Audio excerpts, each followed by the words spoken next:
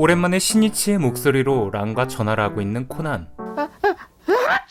사신도 감기는 피할 수 없나 봅니다. 이때 모리탐정소에 손님이 온 듯합니다. 란은 의뢰인이 온 것 같다며 전화를 끊고 코난도 사무소로 들어가는데 어떤 모자 쓴 녀석이 신이치를 불러오라 낭동을 피우고 있죠. 재채기를 하는 코난에게 다가가 너도 신이치처럼 감기에 걸렸냐 묻는 란. 이 말에 모자 쓴 남잔 신이치가 어딨는지도 모르는데 감기에 걸린 건 어떻게 하냐 묻습니다. 란은 종종 전화를 해 근황 토크를 한다 말하죠. 자신이 요즘 보는 프로그램, 추리소설, 학교 친구 얘기 등등. 그 말을 들은 남잔 내 놈의 얘기는 안 하냐 묻습니다. 이 말을 들은 란은 지금까지 통화를 하며 자신의 근황에 대해서는 한 번도 묻지 않았다는 사실을 알게 되죠. 모자 쓴 남잔 갑자기 창문으로 뛰어가 주변을 살피는데 란이 무슨 짓이냐 하자 신이치 그놈이 어디선가 너를 지켜보고 있을 거라 말합니다. 멀리 떨어져 있어도 전화를 건다는 건 호의가 있다는 건데 근황에 대해 묻지 않는다는 건 근처에서 지켜보고 있기 때문이라는 거죠. 움찔하는 코난. 이 새끼 죽여야 하나? 모자를 벗으며 자기소개를 하는 남자 하토리 헤이지. 신이치와 같은 고교생 탐정이라 말합니다. 하토리는 기침을 하는 코난에게 감기에 좋은 거라며 한 잔 마시라 하고 이를 먹은 코난은 정신을 못 차리죠. 라는 애한테 뭘 먹인 거냐 묻는데 파이칼이라는 중국 독주라 합니다. 초등학생한테 술을 권하는 고등학생이라 이 장면은 귀하네요. 여튼 하토리는 자신이 사건을 해결할 때마다 신이치와 비교를 당하는데 그놈이 정말로 그럴 만한 자격이 있는지 살펴보러 왔다 하죠. 이때 들리는 노크 소리. 의뢰인 한 명이 노크를 하고 들어옵니다. 들어와 자신의 아들의 애인을 뒷조사해달라 하죠. 아들의 애인에게 문제가 있냐 묻는 모리. 이에 너무 완벽해서 싫다고 합니다. 이 뭔 개소리야! 수석으로 고등학교를 졸업, 의대를 다니고 있으며 착하고 이쁘고 현재 의사까지 준비하고 있는 100점 만점의 신부감. 어서오십시오 박수치며 환영에도 모자를 파내 트집 잡을 거리를 조사해달라는 의뢰인. 더 자세한 건 자신의 집에서 남편과 함께 얘기를 해보자 하는데 그렇게 모리 일행은 의뢰인의 집에 가게 되고 현관문을 열어 들어가는 길에 사진 속 조사해달라는 아들의 애인이 집에 와 있어 마주치게 되죠. 아버지에게 자신의 여자친구를 보여주기 위해 데려온 아들. 하지만 서재가 잠겨있어 보여주지 못하고 있다 합니다. 그 말을 들은 의뢰인은 모리 일행과 서재로 향하고 가방에서 열쇠를 꺼내 문을 열죠. 책상에서 턱을 깨고 자고 있는 남편. 오페라 음악도 크게 틀어져 있습니다. 의뢰인은 남편에게 다가가 손님들이 오셨다 몸을 흔들어 깨우는데 그대로 의자에서 중심을 잃고 바닥에 쓰러지죠. 하토리가 재빨리 다가가 상태를 살펴보지만 이미 숨을 거둔 상태. 입술은 보라색으로 변해 있고 귀 밑에 조그마한 붉은 점이 보입니다. 이를 확인한 코난은 그 근처 바닥을 살펴보다 하토리와 박치기를 하는데 어린애한테 이런 시체 같은 걸 보여주는 게 아니라며 란에게 한 소리를 하죠. 여튼 경찰이 출동해 방을 조사하기 시작하고 조사를 하다 모리 탐정도 본 메구레 반장님은 의심의 눈초리로 내 놈 요즘 살인사건에 너무 자주 연루되는 거 아니냐 묻습니다. 제가 아니라 얘예요. 모리는 메구레에게 자연사 같다 말하려는데 하토리는 말을 끊으며 독살이라 말하죠. 시체를 살펴봤을 때 죽은 지 30분도 되지 않았고 괴로워한 흔적조차 없는 걸 봤을 때 굉장히 강한 맹독일 거라 합니다. 게다가 이 방 문도 다 닫혀 있었죠. 경찰은 의뢰인 부인에게 이 방 열쇠가 몇 개냐 묻는데 총 2개의 열쇠가 있고 자신과 남편이 하나씩 들고 다닌다 진술합니다. 그런데 남편의 바지주머니에서 열쇠가 발견되죠. 이에 놀라는 코난과 하토리. 그들이 놀란 이유는 열쇠가 2개밖에 없는데 하나는 남편 바지에서 또 하나는 다 같이 문을 열 때 사용한 걸 봤기 때문입니다. 즉, 이 사건은 밀실 살인사건이 되는 거죠. 어리둥절해하는 모리. 하토리는 그런 모리를 지켜보며 최근 수많은 사건을 해결한 모리의 추리 실력이 본인의 것이 아니라고 판단합니다. 지금까지 모리의 모습이 너무나도 형편없기 때문이죠. 아마도 어디선가 신이치가 도와주고 있을 거라 생각합니다. 그러며 이번 사건도 마찬가지일 테니 누가 먼저 사건을 해결하는지 겨뤄보자며 혼자만의 시합을 시작하죠. 얘도 정상은 아닌 것 같습니다. 한편 그 시각 코난은 감기와 술 기운으로 상태가 메롱해 빨리 사건을 풀고 가고 싶어 하는데 마침 집안에 있던 사람들의 사정정치가 시작됩니다.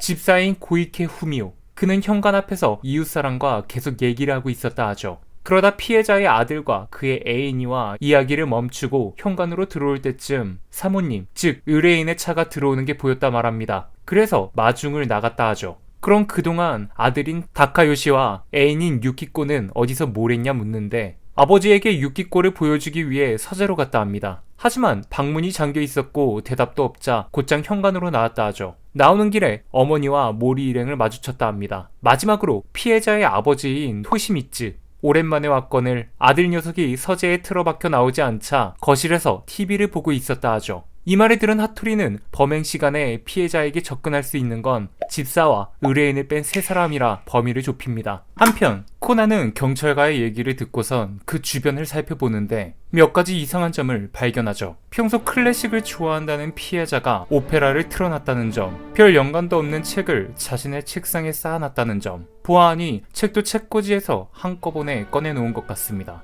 마지막으로 피해자가 갖고 있던 열쇠고리가 두 개로 나뉘어지고 그 안 틈새에 스카치 테이프가 붙어 있다는 점. 이 열쇠고리를 본 하토리도 뭔가가 떠오른 듯 방문의 틈을 확인하더니 거실 쓰레기통 안에서 낚싯줄을 찾아내죠. 낚싯줄을 움켜쥐며 신이치와의 추리 대결에서 이겼다 좋아하는 하토리. 그런데 코난이 이 타이밍에 강한 심장 발작으로 쓰러집니다.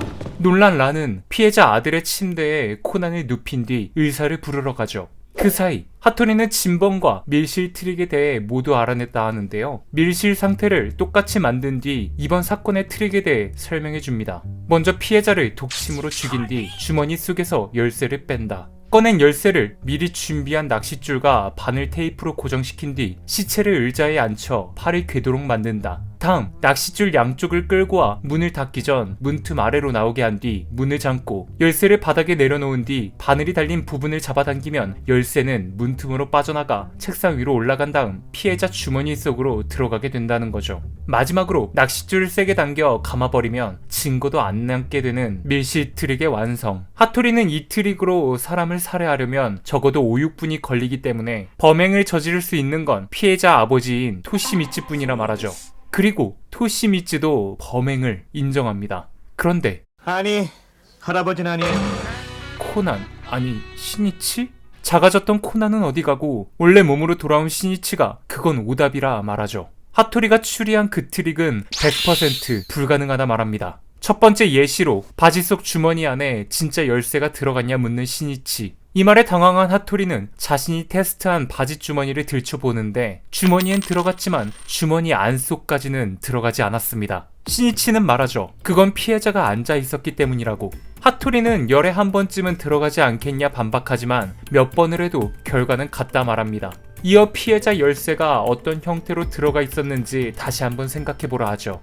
그렇습니다. 피해자의 주머니에선 열쇠고리뿐 아니라 열쇠까지도 모두 들어가 있었죠. 즉 하토리의 말대로 운이 좋아 열쇠고리가 들어갔다 해도 열쇠는 주머니 밖으로 나와 있게 되는 겁니다. 그렇다면 범인은 피해자의 주머니에 미리 열쇠를 넣어놨다는 뜻. 그리고 열쇠고리 사이에 틈과 테이프를 붙여 만들어 놓은 건 범인이 판 함정이었다는 거죠. 거실 휴지통에서 발견된 바늘 달린 낚싯줄 또한 할아버지에게 모든 죄를 뒤집어 씌우려 하는 범인의 함정이었던 겁니다. 그 증거로 똑같은 낚싯줄을 모든 방에서 발견했다 하죠. 마지막으로 신이치는 우리가 가장 궁금한 피해자를 죽인 진짜 트릭에 대해 설명해 줍니다. 이 방에 처음 들어왔을 때 흘러나온 오페라 노래, 그리고 쌓여있던 책, 그것은 독침을 찔렀을 때 혹시나 나올 신음소리와 피해자의 얼굴을 감추기 위한 범인의 세팅이었죠. 하토리는 이 말에 비웃으며 누구에게 그것을 감춰야 했었냐 묻는데 너? 나? 내 놈이라 답합니다. 하토리뿐 아니라 같이 들어온 모리 일행에게 감추기 위해서였다 하죠.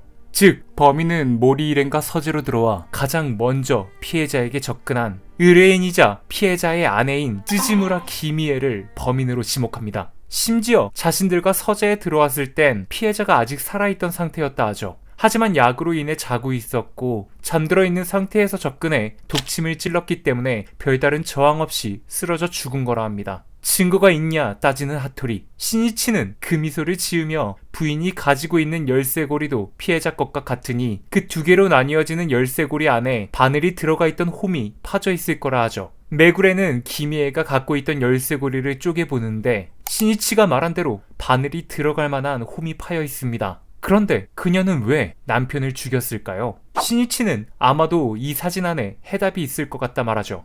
젊었을 적 기미애와 남편이 찍은 사진. 그런데 이 사진을 자세히 보니 아들이 여자친구라 데려온 유키코 씨를 빼다 박았습니다. 기미애는 말하죠. 그녀는 나의 딸이기 때문에 닮은 게 당연하다고.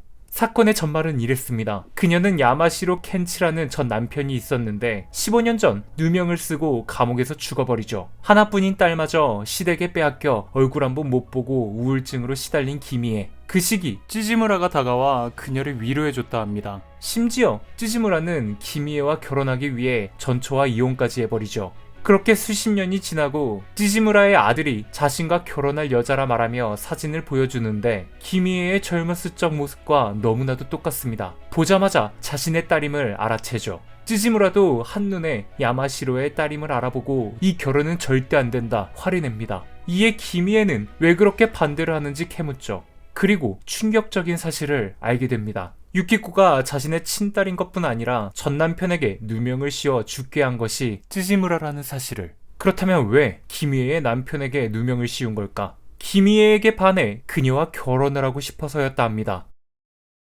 심지어 피해자 아버지인 토시미츠도 가담했었기에 남편을 살해한 뒤 기미에는 그에게 누명을 씌우려 했던 거죠. 토시미츠는 이를 눈치챘지만 죄책감을 느껴 기미에의 죄를 대신 뒤집어 쓰려 했던 겁니다. 그렇게 의뢰인은 체포되고 일행들은 사건을 해결한 시니치에게 몰려드는데 심한 기침을 하며 어딘가 아파 보이는 시니치. 하토리는 그런 시니치에게 다가가 이번엔 자신이 졌다 말하죠. 그런 하토리에게 추리엔 이기고 지고도 위아래도 없다 말합니다. 진실은 언제나 단 하나뿐이기 때문이라 말이죠. 이때 시니치는 다시 한번 심장 발작을 겪으며 기침과 함께 괴로워하고 라는 의사선생님을 모시고 오겠다 달려갑니다. 고통스러워하는 가운데 혹시나 자신이 다시 코난으로 돌아가는 건 아닐까 불안해진 시니치. 만약 그렇다면 사람들이 있는 곳을 벗어나야 합니다. 하지만 도망가던 중 란과 딱 마주쳐버리죠. 의식이 몽롱해지고 결국 2층 계단에서 떨어지고 마는데 세상에 허물만 남기고 흔적도 없이 사라집니다. 란이 놀라며 급하게 계단을 내려가 주변을 살펴보는 그때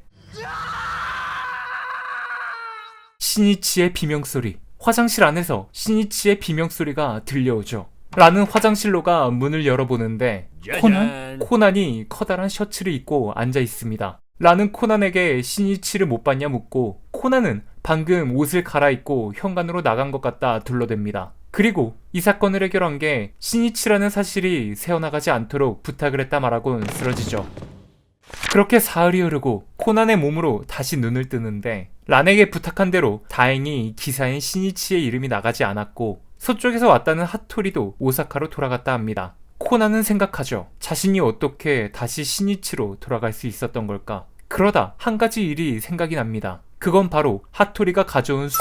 그것밖에 없다며 이 미성년자 녀석은 다시 한번 하토리가 가져온 술을 벽나발째 들이붓고 좋아 몸이 점점 뜨거워지고 있어. 그렇게 시니치로 변하긴 개뿔. 취하기만 하고 다음날 숙취에 고생만 하며 이야기는 마무리되죠. 이상 명탐정 코난 서쪽에서 온 명탐정 하토리 편이었습니다. 뒷이야기입니다.